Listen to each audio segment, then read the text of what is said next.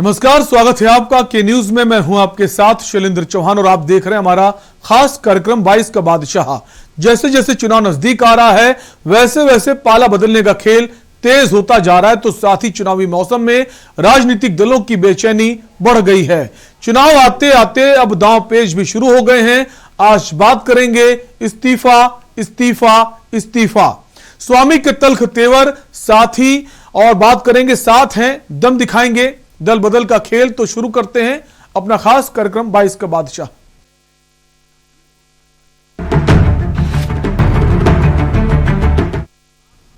और सबसे पहले बात करेंगे इस्तीफा इस्तीफा इस्तीफा। उत्तर प्रदेश की योगी आदित्यनाथ सरकार और बीजेपी को 24 घंटों के अंदर ही दूसरा झटका लगा है। स्वामी प्रसाद मौर्य के बाद योगी सरकार के एक और मंत्री व ओबीसी नेता दारा सिंह चौहान ने इस्तीफा दे दिया है।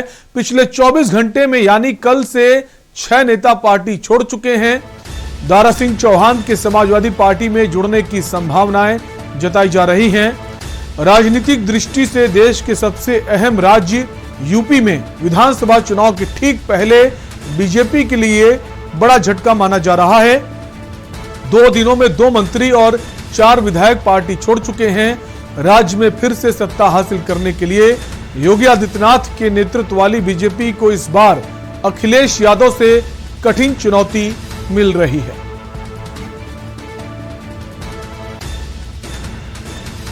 पार्टी में रहा हो तो मेरी बात तो सारे नेताओं से होती रही है, सारे लोगों से मैं अपनी बात को कहता रहा, सारे लोगों से मैं बात नहीं कर रहा। नहीं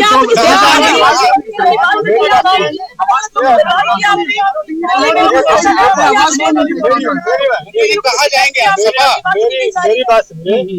मैं 5 साल शुरू से मैं लगातार पार्टी के हाई कमान के लोगों को कहता रहा करता रहा किया गया, क्योंकि मैं पिछड़ों की बात, दलित जो उपेक्षित लोग हैं, जिनके नाते हम लोग छात्र जीवन से राजनीति में हैं और सारे समाज के लोग एक साथ खड़े होकर के 5 सालों में कहाँ जाएंगे, ऐसा बयान सामने कहाँ जाएंगे?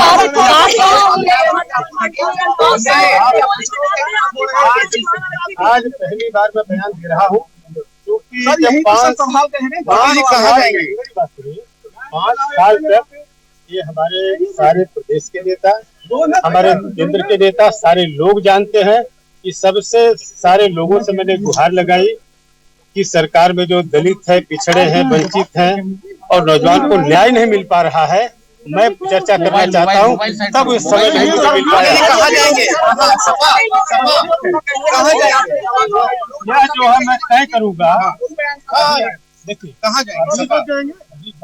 सब धीरे धीरे सामने आ रहा है, क्योंकि कल स्वामी प्रसाद जी का इस्तीफा हुआ। स्वामी जी के साथ दिया है, आपने तो स्वामी जी के साथ मैंने नहीं दिया है। आज मेरा इस्तीफा हुआ है, लेकिन ये है कि मैं अपने प्रदेश में जो भी हमारे समर्थक साथी है, जिनके नाते हम लोग राजनीति में है, जिनके नाते हमारी ताकत है, उन सारे लोगों से बात करने के बाद जैसा फैसला होगा वैसा मैं निर्णय लूंगा। अच्छा, बीजेपी से इस्तीफे के बाद दारा सिंह चौहान से खास बातचीत की हमारे संवाददाता चंद्रमणि ने। दारा सिंह चौहान ने क्या कुछ कहा, आपको वो भी सुनाते हैं। उत्तर प्रदेश सरकार के एक और कैबिनेट मंत्री ने इस्तीफा दे दिया। वो हमें इस वक्त हमारे साथ बात करने के लिए मौजूद हैं। आचार संहिता लगते ही आपका इस्तीफा क्यों? देखिए, आचार संहिता से कोई वो नहीं है। मैं कहा कि 5 साल का वक्त गुजर गया और 5 साल में इस सरकार को बनाने में आप सभी को पता है, जिस प्रदेश के वंचित समाज के लोगों ने, जिस प्रदेश के पिछड़े समाज के लोगों ने, जिस प्रदेश के दलित समाज के लोगों ने, जिस प्रदेश के किसान और नौजवान, व्यापारी, इवन चाहे पत्रकार हों, अधिवक्ता, प्रवक्ता, सारे लोगों ने एक मुश्त तोड़ दे करके सरकार बनाने का काम किया।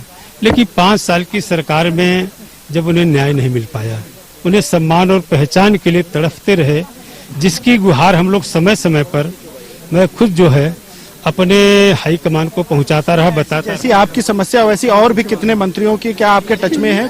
क्योंकि स्वामी प्रसाद मौर्य हैं, उनके साथ में जो कल विधायक नजर आ रहे थे वो आज भी आपके साथ नजर आ रहे हैं, और कितने लोग हैं जिनको ऐसी समस्या है? ये हमारे सारे शुभचिंतक साथी आज से नहीं 20 साल का हमारे विधायकों से संबंध रहा है। वो हमारे साथ, हम लोग जो पहले थे उस समय भी हमारे साथ रहे। तो राजनीति में व्यक्तिगत संबंध लोगों का रहता है, ठीक। हमारे तमाम साथी हमारे पास आते हैं, जाते हैं, मिलते हैं, जुलते हैं। अभी कितने राजनीतिक लोगों से व्यक्तिगत संबंध है जो आपके साथ आते हैं? देखिए ऐसा है, ये राजनीति में, लोकतंत्र में सबको निर्णय लेने का अधिकार है। अगर जिनको जैसा लगेगा निर्णय, कौन कहां से कहां जाता है आप लोग भी जानते हैं। इससे आपका निर्णय क्या है? आपका व्यक्तिगत निर्णय? हाँ ठीक है, मेरा निर्णय ये है कि मेरे कई दशक के राजनीतिक जिंदगी में जो हमारे शुभचिंतकों ने, जो हमारे समर्थकों ने, जिनके सहयोग आशीर्वाद से मुझे एक बार नहीं कई बार मुझे पार्लियामेंट में जाने का मौका मिला, जिनके आशीर्वाद से, सहयोग से मुझे विधानसभा में पहुंचने का मौका मिला। अब उन सारे समर्थक साथी शुभचिंतकों की बैठक बुलाने के बाद जैसा उनका निर्णय होगा वही हमारा निर्णय होगा। समाजवादी पार्टी के साथ में आपकी तमाम चर्चाएं हो रही हैं, क्या वहीं जा रहे हैं? देखिए राजनीति में कभी किसी से, मैं व्यक्तिगत रूप से मैं अपनी बात जानता हूं कि सारे, चाहे किसी पार्टी के लोग हैं, किसी विचार के लोग हैं, मेरे घर पे मेरा दरवाजा हर सबके लिए खुला था। जो लोग मिलना चाहते हैं, जो भी मदद हो सकती है, मैं बुलाएंगे तब आप जाएंगे कि आप उनके पास खुद जाएंगे? मेरे समर्थक जैसा निर्णय लेंगे वैसा मैं करूंगा। भाई ये थे दारा सिंह चौहान, जिन्होंने इस्तीफे के बाद में साफ तौर से कहा कि जैसा उनके समर्थक कहेंगे वैसा निर्णय लेंगे। लेकिन ये बात साफ दिखी, जो कल स्वामी प्रसाद मौर्य के साथ समर्थक और विधायक नजर आ रहे थे वही आज दारा सिंह चौहान के साथ नजर आ रहे हैं। यकीनन ये बात तय थी कि पहले ही एक रणनीति तैयार की गई थी, जिसके तहत पहले स्वामी प्रसाद मौर्य ने इस्तीफा दिया और अब दारा सिंह चौहान ने दिया, और अब देखना होगा क्या दोनों एक साथ किसी पार्टी में जाते हैं या अलग अलग जाते हैं, ये देखने वाली बात होगी। लेकिन ये बात तय है कि अभी भाजपा को बड़ा झटका लगा है। लखनऊ से मानस के साथ चंद्रमणि शुक्ला, के न्यूज। तो कुल मिलाकर बीजेपी के लिए एक बड़ा झटका है, चूंकि 24 घंटे के भीतर 2 बड़े नेताओं का पार्टी छोड़ना, कैसे बीजेपी इसकी भरपाई करेगी, इसी को लेकर हम बात करेंगे। हमारे साथ हमारे संवाददाता लखनऊ से चंद्रमणि शुक्ला जुड़ गए हैं। चंद्रमणि, दारा सिंह चौहान ओबीसी का एक बड़ा चेहरा है, अब इसकी भरपाई कैसे करेगी बीजेपी, और अब क्या इनके जाने के बाद इनका एक वर्चस्व है पूर्वांचल की कई सीटों पर, क्या और भी साथी इनके साथ पार्टी छोड़ेंगे? जी देखिए, अगर हम बात करें दारा सिंह चौहान के विकल्प की, तो पार्टी में इस समय दारा सिंह चौहान का विकल्प कोई नजर नहीं आ रहा। जैसे स्वामी प्रसाद मौर्य के विकल्प के तौर पर एक बार देखा जा सकता है कि केशव मौर्य हैं, वही मौर्य समाज के स्वामी प्रसाद मौर्य थे और उसी समाज से केशव मौर्य भी आते थे। लेकिन दारा सिंह चौहान के समाज का कोई इस तरह का चेहरा नहीं है जिस तरह के दारा सिंह चौहान का चेहरा था। तो अब ये जरूर है कि उनसे जात से जुड़े लोग क्या भाजपा को छोड़ते हैं, ये काफी महत्वपूर्ण बात होगी। अब उस जाति के लोगों को मनाने के लिए क्या भाजपा कोई उनसे बड़ा चेहरा लाने का प्रयास करती है, ये भी देखने वाली बात है। क्योंकि अभी तक जब से आचार संहिता लागू हुई है तब से ये देखा गया है कि जो स्वामी प्रसाद मौर्य दारा सिंह चौहान की तरफ से ही इस्तीफे आए, अभी भाजपा का दांव बाकी है। और अक्सर ये देखा गया है और तमाम बार देखा गया है कि जिस तरह से जब आखिरी दांव चलना होता है, यानी कि जब अमित शाह की आने की शुरुआत होती है, उसके बाद में कुछ राजनीतिक परिस्थितियां बदलती हैं। तो उत्तर प्रदेश में भी अब अमित शाह की एंट्री का इंतजार करना है, क्योंकि जब से घटनाक्रम शुरू हुआ है तब से अमित शाह खुल के सामने नहीं आए। और जैसे कि पहले से ही स्पष्ट है कि पूरी कमान अब अमित शाह ने अपने हाथ में ले ली है। दारा सिंह चौहान से भी अमित शाह लगातार फोन पर बात कर रहे थे, उसके पहले स्वामी प्रसाद मौर्य से भी इस्तीफे के बाद अमित शाह ने फोन पर बातचीत की है, ऐसे सूत्रों के हवाले से पता चल रहा था। तो ये बात निश्चित है कि अब अमित शाह का जब यूपी में दौरा होने वाला है, ऐसी उम्मीद जताई जा रही है कि चाणक्य के रूप में जाना जाता है हमेशा, चाहे 2014 के चुनाव हो, 17 के चुनाव, 19 के चुनाव, इनकी भूमिका काफी अहम मानी जाती है। एक बड़े रणनीतिकार के रूप में जाने जाता है। इसकी भरपाई कैसे करेंगे, देखने वाली बात होगी। फिलहाल के लिए चंद्रमणि आपका शुक्रिया इस खबर पर हमारे साथ बने रहने के लिए। तो हम बात कर रहे थे, एक और इस्तीफा हुआ है उत्तर प्रदेश की राजनीति में और कैबिनेट मंत्री दारा सिंह चौहान ने इस्तीफा दे दिया है। तो बीजेपी की मुश्किलें लगातार बढ़ती जा रही हैं।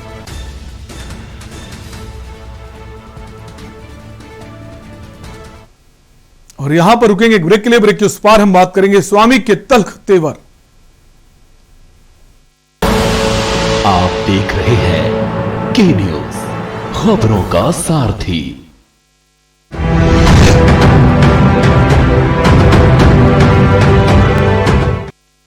जुबान के लिए उड़ चला गैरों की जमीन पर, खुशबू अपने पन की ढूंढता।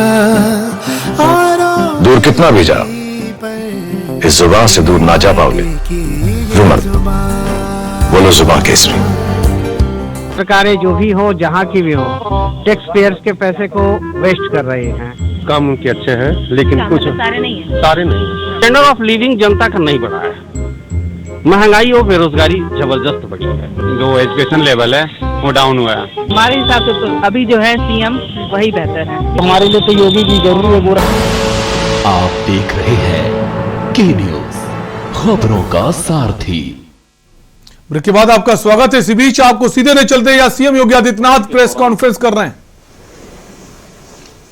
उनकी सुरक्षा के साथ किस तरीके से एक साजिशन, खूनी साजिश करके सुरक्षा के साथ खिलवाड़ किया गया था,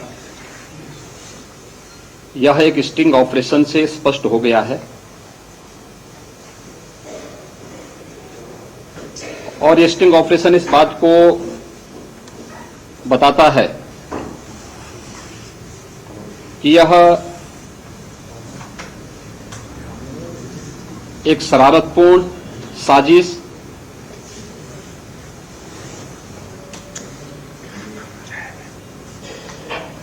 शरारतन आयोजित की गई साजिश, पूर्व प्रायोजित साजिश का हिस्सा है। यह एक सुरक्षा के साथ की गई कॉन्स्पिरेंसी है और स्पॉन्सर्ड है। अब यह स्पष्ट हो गया है। आश्चर्य होता है कि देश के सर्वोच्च कार्यकारी संवैधानिक प्रमुख के साथ की सुरक्षा के साथ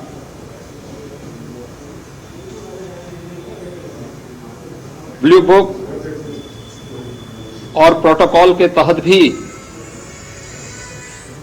सुरक्षा के जिन सामान्य नियमों का पालन पंजाब सरकार को करना चाहिए था, जिसके तहत प्रधानमंत्री जी के आगमन पर राज्य के मुख्यमंत्री, राज्य के मुख्य सचिव और राज्य के पुलिस महानिदेशक स्वयं उपस्थित होकर के भौतिक उपस्थिति से अगवानी करते,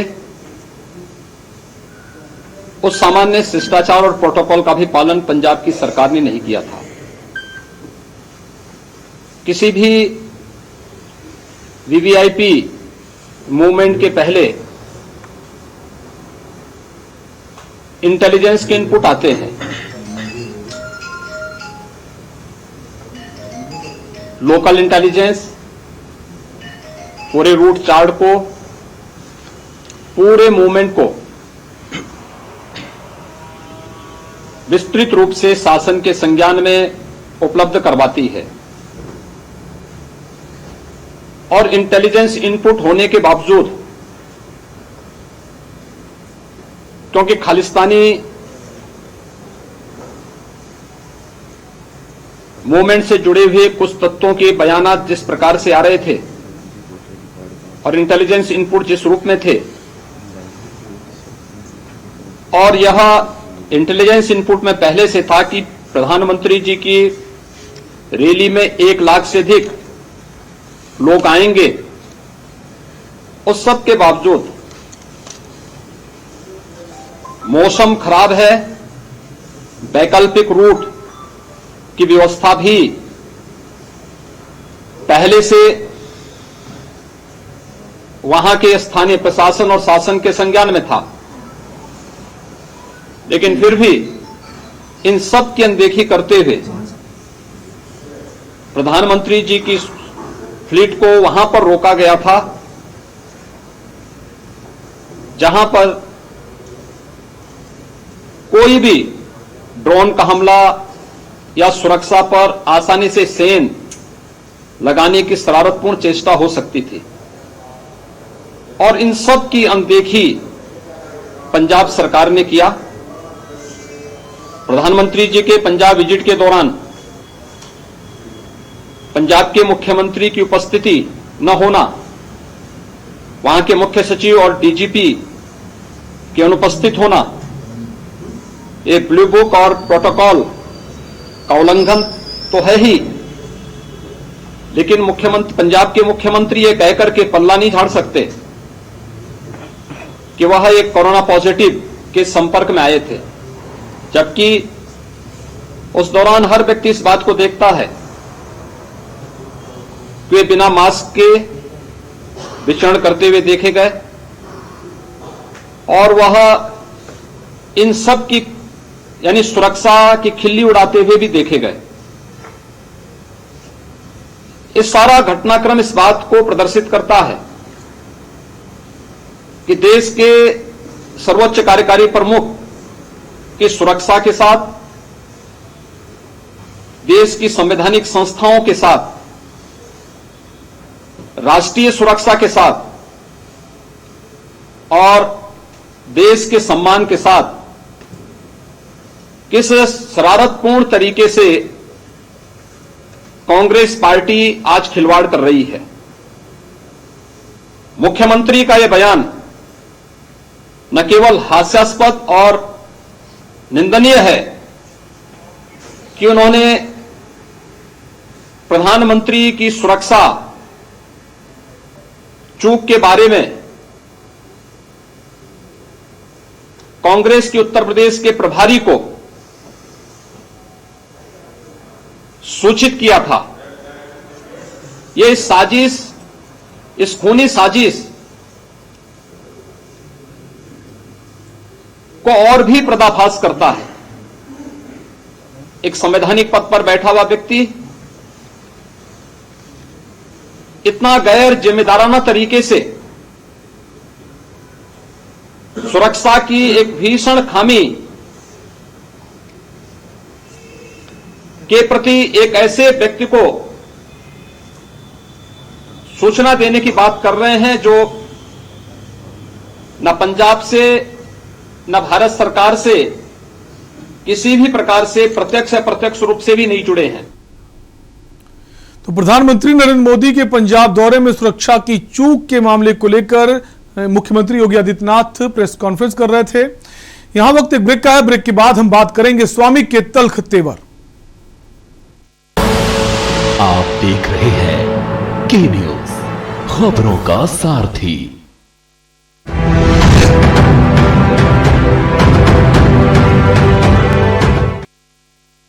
पर ये दिल है कि चख रहा है उन्हीं अल्फाजों का नूर नूर और नूर नूर और नूर नूर और दूर कितना भी जाओ, इस जुबान से दूर ना जा पाओगे। रुमर बोलो जुबान केसरी। आप देख रहे हैं के न्यूज, खबरों का सारथी। ब्रेक के बाद आपका स्वागत है। अब बात करेंगे स्वामी के तल्ख तेवर। मंत्री पद से इस्तीफा देने वाले स्वामी प्रसाद मौर्य का बड़ा बयान सामने आया है। उन्होंने कहा 14 जनवरी को सपा में शामिल होऊंगा। इसके साथ ही स्वामी प्रसाद मौर्य ने बीजेपी पर निशाना साधते हुए कहा कि जो सरकार है उसकी विदाई तय। इसके साथ ही स्वामी प्रसाद मौर्य ने आरक्षण के मुद्दे को लेकर यूपी सरकार पर वार किया। सुनिए स्वामी प्रसाद मौर्य ने क्या कुछ कहा।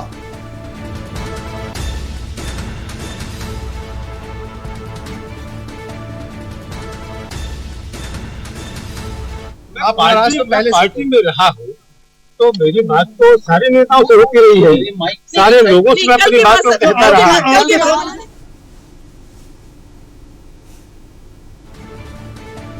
तो स्वामी प्रसाद मौर्य जो हैं, उनके जो तेवर हैं वो भी तल्ख हो गए हैं। मंत्री पद से इस्तीफा देने के बाद अब उन्होंने जो है अपने तेवर बदल दिए हैं। कुल मिलाकर बीजेपी से उनकी विदाई जो है या बीजेपी से जाना उन्होंने मान लिया है। अब समाजवादी पार्टी में औपचारिक घोषणा जाने की कब करेंगे ये देखने वाली बात होगी। 14 तारीख का जो समय है, दिन जो है, वो कहा जा रहा है कि 14 तारीख को एक बड़ा विस्फोट होने वाला है। खुद तो शामिल होंगे स्वामी प्रसाद मौर्य, उनके साथ कितने लोग अब शामिल होते हैं समाजवादी पार्टी में ये देखने वाली बात होगी। सियासी गलियारों में हलचल मचाने वाले हमारे साथ स्वामी प्रसाद मौर्य जी मौजूद हैं। क्या वजह रही आपने इतनी बड़ी पार्टी छोड़ दी? देखिए, मैं पिछले 32 सालों से उत्तर प्रदेश में दलितों और पिछड़ों की आवाज को बुलंद करता रहा, हमेशा उनके हितों की लड़ाई लड़ता रहा। और भारतीय जनता पार्टी में जब मोदी ने इस बात की दुहाई दी कि मैं पिछड़ा हूं इसलिए मुझको नीच कहा गया, तो मैंने सोचा कि हो सकता है भारतीय जनता पार्टी पिछड़ों का दर्द लेके आई हो। ये सोच समझ के मैं भारतीय जनता पार्टी में गया था। लेकिन 5 साल तक मैंने देखा कि जब से भारतीय जनता पार्टी सरकार बनी है, लगातार अनुसूचित जाति, जनजाति, पिछड़े वर्गों के आरक्षण को अजगर की तरह से लगातार निगल रही है। आरक्षित जगहों पर सामान्य वर्गों के लोग भर्ती कर रही है। यहां तक कि जिन सरकारी संस्थानों, अर्ध सरकारी संस्थानों या अन्य सरकार द्वारा अनुदानित प्रतिष्ठानों जहां पर आरक्षण व्यवस्था के माध्यम से लोग नियुक्ति पाते हैं, उन सारे संस्थानों को निजी हाथों में भेज रही हो। मेडिकल कॉलेज में भर्ती बिना किसी विज्ञापन निकाले एक लाइन का प्रस्ताव लाकर कि अनुसूचित जाति और पिछड़े वर्ग के अभियुक्त उपलब्ध नहीं है, इसलिए इन पदों को सामान्य वर्ग से भर लिया जाए करके पूरे प्रदेश में सामान्य लोगों की भर्ती कर देते हैं।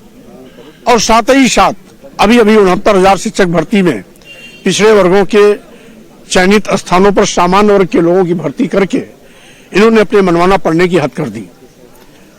इसके साथ ही साथ लोकतांत्रिक व्यवस्था में आजादी के बाद पहली बार देखने को मिला कि किसानों का आंदोलन सालों साल चला, इनके कान पे जू नहीं रेंगी।